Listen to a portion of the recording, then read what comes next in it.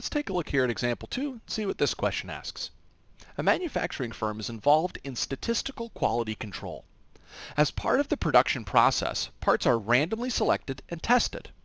From the records of these tests, it has been established that the occurrence of a defective part, the occurrence of a part that doesn't work the way it's intended, follows a Poisson distribution on average of about 1.38 defects that are found every 20 minutes during production runs. So in a 20-minute period, you get about 1.38 bad things. So obviously that doesn't come out to a nice whole number amount, but again, this is just kind of an average. So I'm going to go ahead and think about what I'm working with here. I want to go ahead and notice here that I'm kind of interested in measuring a couple different possible things here. I can see that I might be measuring the number of defects that occur in a particular amount of time. And that, of course, is going to be a Poisson distribution. But I should be aware again that the moment that a Poisson question is asked, an exponential question might be just around the corner. Because all it would take is to reverse the question and say, how long do I have to wait before the next defect is found? That would all of a sudden be exponential. So let's take a look at part A to see which question we want to ask. Are we going to be interested in measuring time or counting defects? Part A.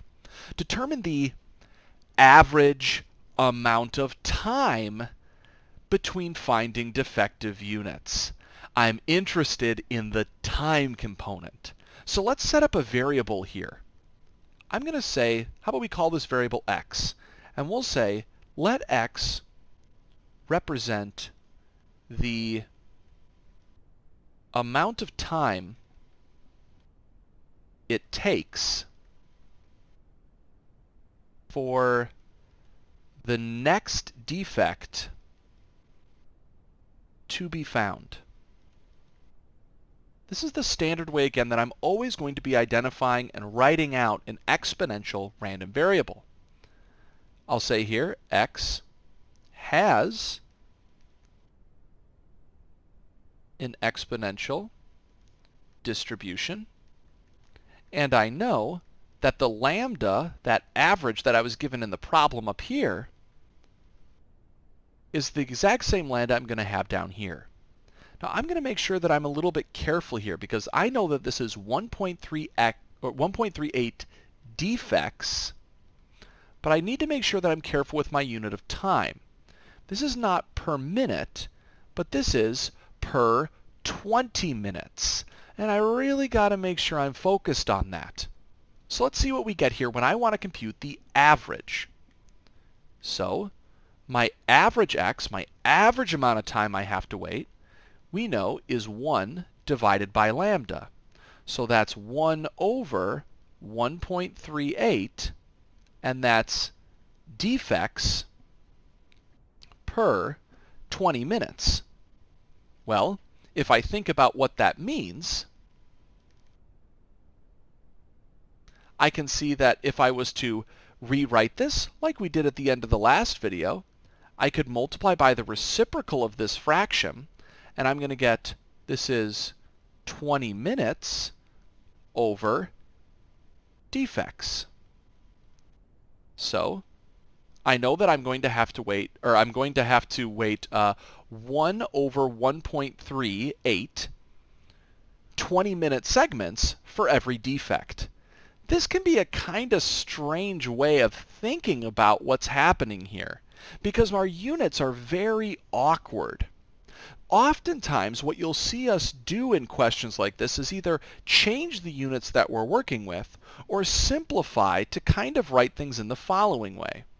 What I'm really going to have here is something like 20 minutes, if I multiply the values on the top, over 1.38 defects on the bottom. And if I simplify this number here of 20 over 1.38, and I use my calculator to do that, you'll see that what that really gives me is a number of about 14.4928. So this is going to be about 14.4928, and that's minutes per defect. So how long, or what's the average amount of time I have to wait before I find another defective unit? Almost about 14.5 minutes per defect. Or we could see here, if I was to, instead of just divided the value of 1 over 1.38, this would kind of say you'd have to wait about 72% of a 20-minute time interval. That's a much weirder way of thinking about it, and so oftentimes we'll try to reduce things down and change the time interval back to something more recognizable, like minutes or maybe hours. Okay, so this question maybe seems a little bit weird and maybe even a little harder than where we ended the last video. Let's keep working though through some of the questions here to see what other sorts of things we can tackle and really try to focus on this changing of the units of time. Let's see what we have here. Here I want to know what is the probability that less than 15 minutes will elapse between any two defects. Okay, so I'm still interested in like the amount of time it takes for the next defect to be found. What are the chances that would be under 15 minutes? Well, again, I can notice something here. Here, my unit of time is measured in 20 minutes, not minutes, just 20-minute segments. And so here I have something a little bit strange. I'd have to either say that I'm going to try to change what I have up here to not be a number of defects per 20 minutes, but maybe a number of defects per minute or per hour. So that way down here, I can say that 15 minutes is actually a total number of minutes, or I could change 15 minutes into a number of hours. Let's take a look at this in maybe two different ways to try to highlight the point that I'm trying to get at. I'm going to go ahead and divide this into two different sides.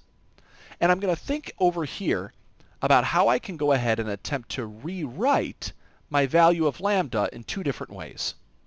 First off, if I had 1.38 defects every 20 minutes, that's not going to be a lot of defects per minute. In fact, I could see that if I wanted to reduce this down, I would say I need to take 1.38 and divide by 20. Let's see what I mean by this. 1.38 divided by 20 would give me 0.069. So I could rewrite lambda as 0.069 defects per minute. So notice here I have a particular time of minutes now, as opposed to 20 minutes. I could also change this to be a time that's measured different than minutes and different than 20 minutes. How about I measure in hours? If I wanted to measure in hours, you could see that the way I could do that would be by taking 20 minutes and tripling it. If you have 3 increments of 20, that's an hour. That's 60 minutes total. So if I went to my calculator and did 1.38 times 3, I get 4.14. 4.14 defects per hour. Notice again, my time interval has changed. Okay, let's take a look at how I can tackle each of these different time intervals.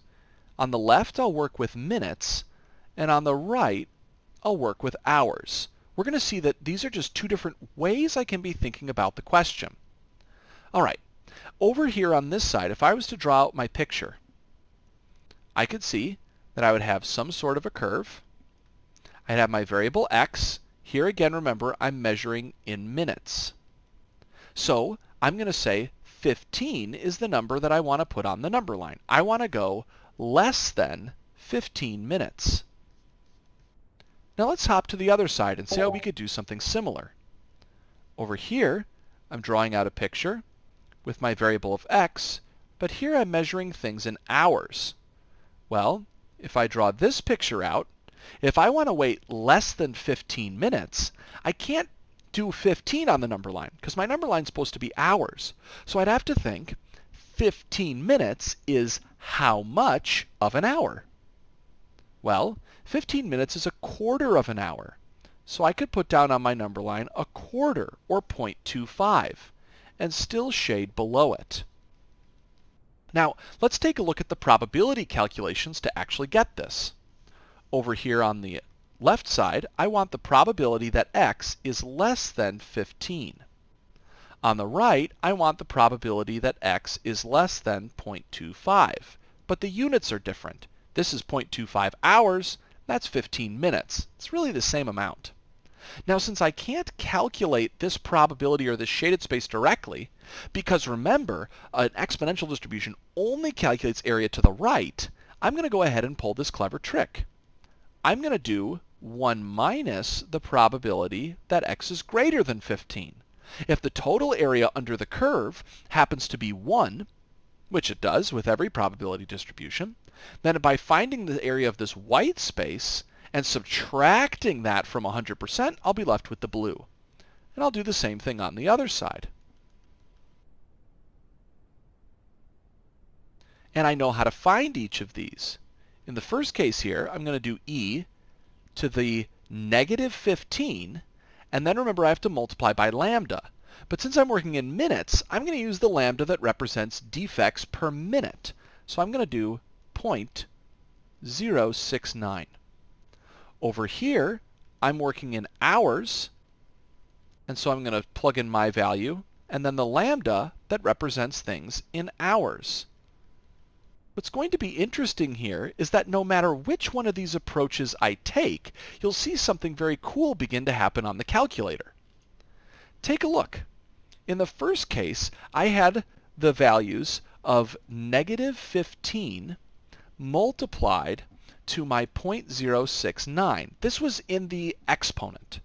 In the other case, you can see that I had up here negative 0.25 times 4.14. Negative 0.25 times 4.14.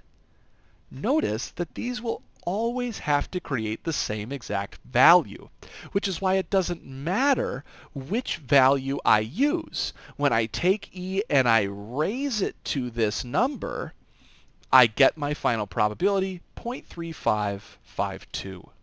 So in both of these cases, this value is going to be roughly